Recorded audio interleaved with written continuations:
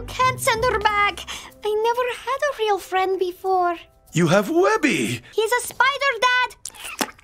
It's time for the best holiday. Halloween time, baby! This is my favorite holiday out of all of them. Pumpkin pie, pumpkin spice lattes, pumpkin spice M&Ms. Literally everything is pumpkin and it's delicious. And we embrace the primal part of our brains that trigger the flight response, also known as fear. And I've always been a fan of all aspects of Halloween, including the gothic Tim Burton style of Halloween, the more mature haunted house blood and guts Halloween, and even the child-friendly Hobby Lobby Halloween. And usually I like to write a horror story for this time of year, but it was clear to me that you all deserved more. So I'm going to be talking about a franchise that managed to combine all aspects of Halloween along with makeup and fashion. I present to you Monster High.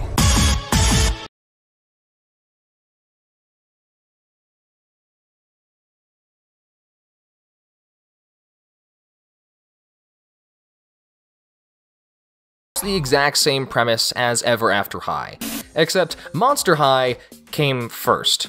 Your Draculas and Frankensteins grew up and had kids. Now those kids attend a high school. The biggest difference you'll find is that there isn't really an overarching plot like in Ever After High. It's all standalone episodes that have a small self-contained story that only lasts a few minutes. Except for the later seasons when they started expanding the story into like a few episodes, and then they kind of went back to standalone episodes. It got weird. There are also movies that decide to go 3D for whatever reason, and the stories for the online episodes largely center around high school drama, or dating, or struggling with friendships. You know, all the things I never got to experience in my high school because I was too busy programming in the dungeon. No, seriously, we called the programming room the dungeon. The stories are cute and fun, but don't really hold my attention for too long. It's a very casual show, and the animation is serviceable. Since this was when they were just starting with the concept of making free episodes, I think the animation is actually not that bad. I love the concept behind Monster High. I like the characters. I like the character designs, and I adore the premise. But every time I try to watch the episodes, or even the movies, I get bored. It's not engaging to me. The episodes rely on the idea of a quick story so the audience gets a quick reward. It's trying to capitalize on the idea that kids with tablets just click on things that are appealing and have a surface-level understanding of story. So the stories aren't cohesive, and the resolution to the problem usually comes quickly.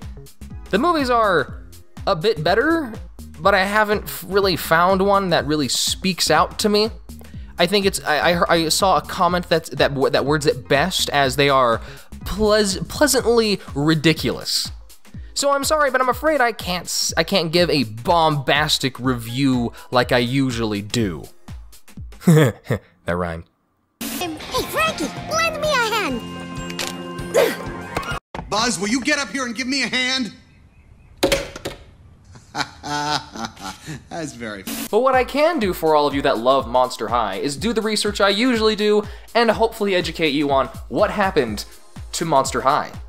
Let's get into it. There were several people who are credited for helping realize the image of Monster High, but according to all the stories, I found it's mostly credited to this guy, Garrett Sander.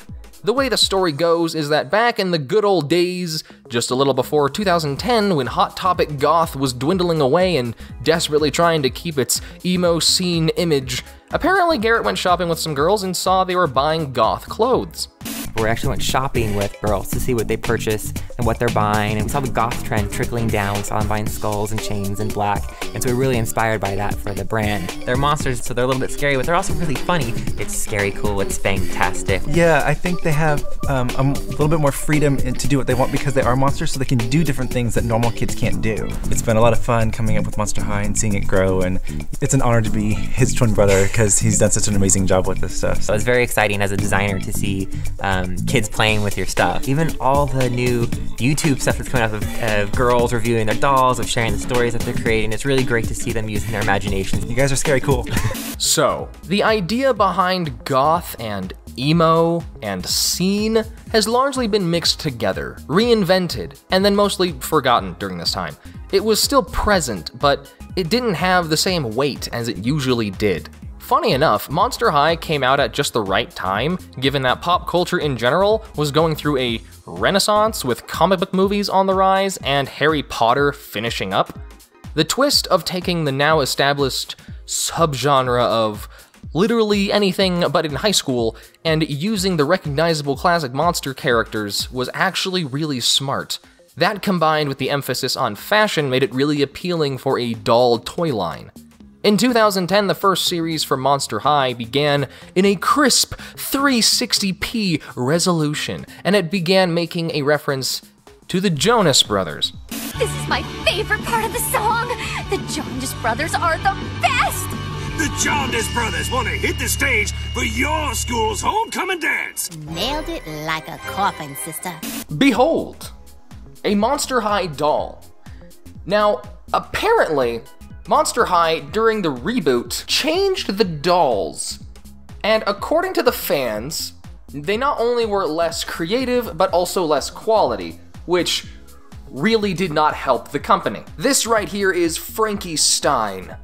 This is one of the most prolific characters in the entire show. How do you boo? I try. I mean, I try everything. I like to explore and experience and live everything the world has to offer. That's nice. Has a little box that tells you her character. That's cute. Let's open this. Da-da-da-da! Now, I don't know too much about dolls, so the likelihood of me saying something stupid is very high. You could even say it's Monster High.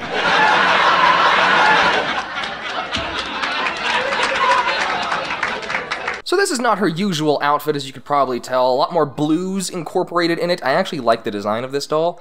I like the color palette that they're using. Blues, yellows, lots of black. Her skin isn't really mint green as they like to describe it. It's more of a gray, but it has a bit of a green tint to it, I suppose. You do see that the stitches on her leg and her arms, like right here, which I think that's a nice touch, and I'd hope they'd add that because she is literally the Frankie Stein, Frankenstein. They have the little neck bolts on her neck as well.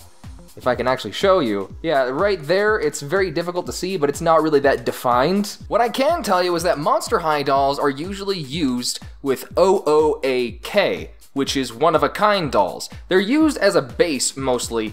They strip away the hair, they strip away the face makeup, they make up paint, using acetone, and I know only a little bit, but luckily I had help with this particular topic. Hello everyone, Christian here, also known as HeXtian, and I'm here to invade Negative Legend. So I mainly do doll repaints on my channel, and what that means is I would take a regular playline doll like Monster High or Barbie or Ever After High, and I completely remove their face, remove their hair, I give them new clothes, and I give them a new character, a new life. I am very, very much inspired by comic book characters, anime, manga characters, fantasy, video games, drag queens, literally everyone, and I apply that onto my dolls, and I transform something old and something that everyone has into a one-of-a-kind art piece. My very first doll repaint was actually a Monster High Cleo Denial. It was such a memory because doll repaints has been a thing for such a long time, but people were applying that technique onto Monster High dolls, and I was seeing it and I was like, wow, these people are taking these regular Monster High dolls and creating something new, and they're making them look like porcelain looking dolls, or they're just one of a kind. And I was like, I want to do something like that. I can draw on paper. How hard is it to draw on a 3D object? Mind you, very hard. I loved Monster High because of how unique they are. Obviously, we all probably grew up with Barbie. If you are a doll lover, you would grow up with Barbie, which is all pinks and sometimes blues, baby blues.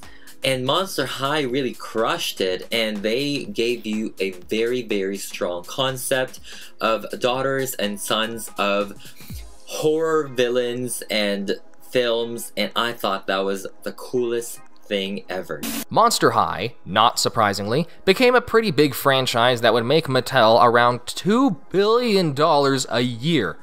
Lady Gaga, being a big inspiration behind the series, even got her own character. And they had a crossover book with Ever After High. But here's where the story gets interesting. You see, around 2016, Mattel had a big problem. They lost the license to manufacture Disney toys, which was given to Hasbro. So a huge amount of revenue was lost. So they tried to reboot Monster High and reignite interest in what was a strong brand. But for some reason, everything they did never really resonated with the fans of Monster High. The designs of the dolls just weren't what the fans wanted. Hey, ghouls! Do you could turn the outfits down a bit? They're kinda messing up the whole dark and scary mood we've got going here. Yeah, you can say that again. The Monster High was really rising, and there was a lot of rumors of a collaboration of Ever After High and Monster High where they would actually clash. And there were some leaked voiceover episodes already where you can actually hear each character interact. I believe it was Draculaura and Raven Queen interacting. And I really thought that was such a cool thing. But I believe there was some backlash with the Monster High franchise. I think it was the parents who were really criticizing the overall fashion choices of Monster High, which is not a surprise. They did it for Bratz, they did it for Barbie, they did it for Monster High. They did not like how the dolls were wearing fishnets, they were wearing like really, really sexy clothes. But I mean, they're trendy clothes, they're stylized to incorporate whatever monster they are. Like Draculaura was always kind of Victorian and Lolita inspired clothing, and Frankie Stein was always kind of like a schoolgirl. You have like electric bolts here and there. It depends on the theme of the actual doll line that they're trying to create. And I really thought that the fashion was just so strong for Monster High. And you really can see the drastic change from all of the backlash from the parents, and it just kind of went into decline. They also did not like how dramatic and, I guess, scary the faces were, and you really can tell from the reboot of Monster High, the eyes became bigger, they became a lot more childlike, they're wearing smiles now, which I hate. And the lack of articulation to save money really hit them hard, because we were all used to the fully articulated Monster High, and then we were given no articulation. And the core audience was growing up, and it seemed like the online episodes and movies weren't really growing up with them. The interests were changing, and Monster High just wasn't going the right direction. Even I can attest, the episodes in the later seasons weren't as interesting. I'd say around maybe season 2, 3, maybe a little bit of 4 were the best episodes. Currently, Monster High is in a weird limbo phase. Everyone is pretty sure it's cancelled, especially since their YouTube channel is doing the same thing as the Ever After High YouTube channel, where they're just reusing clips of older episodes and sprinkling emojis everywhere in hopes that they can maintain some sort of revenue stream from it without having to really invest in anything new. They tried to really reboot it more with the collaboration with Lady Gaga and the zombie Gaga doll, and I loved that doll. I love it so much. I repainted it to look like Lady Gaga in her Born This Way music video. I thought it was just a cool concept. That's when they were already having the childlike, very, very welcoming faces, and it still did not work. Monster High still went into decline alongside Ever After High. As a doll customizer, I do understand the overall aesthetics that Mattel had to do in order to save money for the dolls. I mean, these dolls were really, really skinny, and I think that was also causing some backlash. Throughout the days, even when Barbie was first released, the whole body image talk was already a subject. If we're going technical with it, some dolls are created the way that they are in order to match the clothing. I remember Barbie was very, very nipped in the waist. The Dior new look was very popular, and Barbie reflected that in order to have that look. And, you know, fabric on dolls is very bulky. They really have to exaggerate the dolls in order to not make it look bulky and to still stay alongside the overall aesthetic of that time and to still remain trendy. Overall, you can still purchase Monster High in stores. They're not completely canceled, even though they are. But you can buy them in thrift stores. That's where I personally get them. eBay. Some of them are on Amazon. And like I said, some of them are still in stores, but they are not selling the original. They're selling the rebooted Monster High, and they're overall just really different. It's really upsetting when an interesting and fresh idea slowly dwindles away. But such is the cruelty of trends and time. Now let's talk about the books. Now, I haven't had too big of an opportunity to read all of them, but I have read some. Here's the thing. It has all the charm that the Ever After High books do. Lizzie Harrison does a fantastic job at delivering of that strange word change that they like to do with these. Like, you know how Ever After High had the castleteria instead of the cafeteria? They do the same thing. Like, a lab is now a fab, and it's quirky and I love it. I actually adore when they do that, but it's very dated, simply for the fact that they directly reference iPod touches and Justin Bieber posters. Well, that's probably not the smartest idea, I'm going to be honest with you. I know they were trying to make it direct, one-to-one. This is in your world.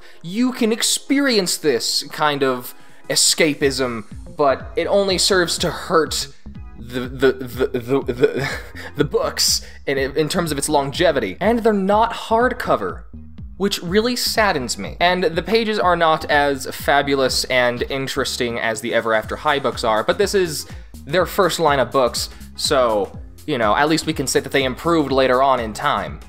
So, what's Mattel trying to do now? Well, if you watched my video on Ever After High, you'll know that right now they're pushing their Enchantimals toys, where they're trying to appeal to more of a cutesy fantasy vibe. And also maybe furries, but who knows. Garrett Sander actually resigned from Mattel recently, as seen on his Facebook. Hopefully he does good work with his next endeavor. If you ask me, I think it might be worth it to make Monster High a seasonal toy. Every Halloween release a small amount of new toys fashioned closer to more iconic Halloween symbols. But I have no doubt that they're going to go the smarter route and focus on something new like they really should be. Now tell me in the comments below, who is your favorite character? You know what? No. Tell me who your favorite character is and which character do you think had the best design. Personally, I actually like Claudine Wolfe the most. You know, she's strong. She sounds like she's a real leader from my exposure to her in the show. She's confident. I like that a lot. But the design I like most is actually River Styx, which is it's just because it's dead. It's just, it has that ghostly death vibes to it. It just appeals to me the most. But anyway, that's everything I have for you. Support the channel on Patreon so that I can buy more toys for videos. I hope I was able to shed some light from a customizer's point of view. And if you guys want to see some of my doll repaints, some of my customized dolls, go ahead and check me at youtube.com/HeXtian. I am also on Instagram at HeXtian. And I hope you guys see you there, and I do want to say thank you to a Negative Legend for inviting me into this video and allowing me to share my voice. Stay beautiful and keep playing. If you want more Halloween content, then check out the video I did last year on Scary Godmother. Or if you just want to follow the train of Mattel, then check out my Ever After High video I did last month.